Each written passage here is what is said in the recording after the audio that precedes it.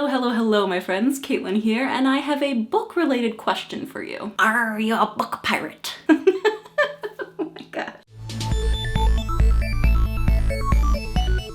Okay, so now that I'm done being silly, I recently learned that book piracy is a thing. I mean, I knew that movie piracy was a thing, but the idea of people stealing books over the internet was just like, what? Why would people do this? But because October was a great month and a lot of my favorite authors were releasing books, I learned from one of those authors, Maggie Stiefvater, that people seem to think it's okay to steal her books. So her first discussion of this went down on Twitter because someone tweeted her that they were basically gonna steal the book. But then she wrote a really nice Facebook post, which I'll link down in the doobly-doo for you to read too. But essentially she chronicles how book piracy really hurt her last series, The Raven Cycle, and how her publishers were not believing that people pirating books was a big thing or something that was actually going to hurt sales. But with the rise of the internet, it absolutely has. And with the publishing of her fourth book, The Raven King, she decided to do an experiment, where essentially when the book was published, she flooded the online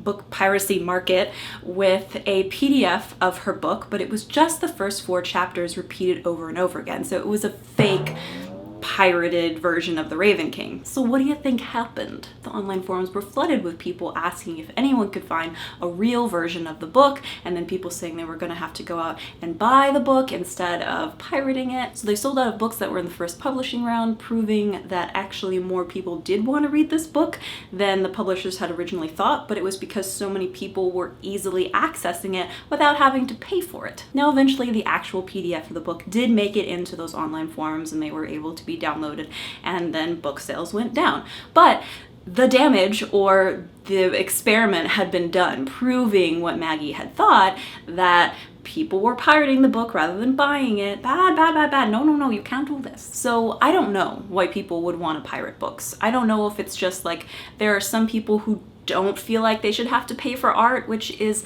a separate discussion in itself, or maybe it's just because it becomes easily accessible, so you're like, well, I would rather not pay for the book because, I mean, I'm like that. If I don't have to pay for something, I don't want to. But the problem is, this is hurting authors and stopping them from being able to continue writing books or writing books within the same world because publishers don't believe they're selling well enough, and so they don't give them the money to do so. So I can't, and Maggie can't, stop people from pirating books.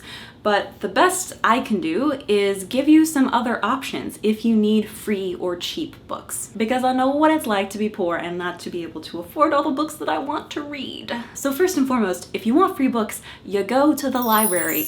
I know, crazy concept. Now, if you're someone who prefers ebooks, obviously you do if you're potentially pirating books because that's how you get them, guess what? Libraries have huge ebook collections, and that's actually how I read all of my library books right now. They even have an audiobook collection, which is amazing. Pretty much I could go on and on with how many books I've read through the library. They have absolutely saved me and my ravenous appetite for reading, especially when I was in high school and college. It's easy, it's free, and once you have a library card, you don't even have to go to the library anymore. You can just go onto their website and get ebooks. It should also be noted that if there are books that your library doesn't have, or books from your favorite author that are getting ready to come out, then tell your library, your favorite librarian, that you want this book at the library, and hopefully they'll be able to order it. Essentially, someone else is paying for you to be able to read the book that you want. So that is the most obvious and the cheapest option for reading books. But now, here are some other things that maybe you don't know about. You can get on a mailing list called BookBub, which brings together all of the book sales that are going on at one time and will send you an email every day telling you about books in your category of interests that, you know, are on sale for $1.99 or $4.99. Sometimes they're even free. Which brings us to the third suggestion, which is that ebooks do sometimes go on sale.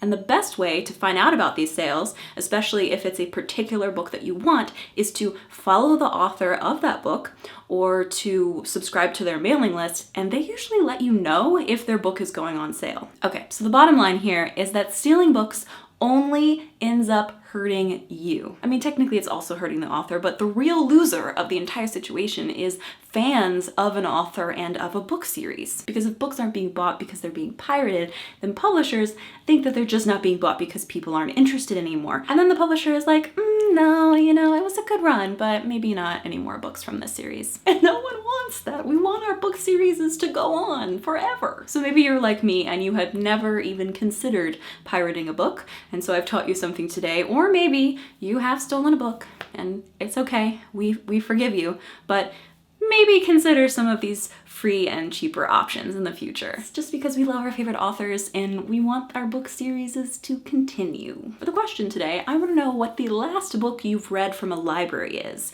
And for me, that was American Gods by Neil Gaiman. I listened to the audiobook. Plus, remember that you can check me out on these other social media sites.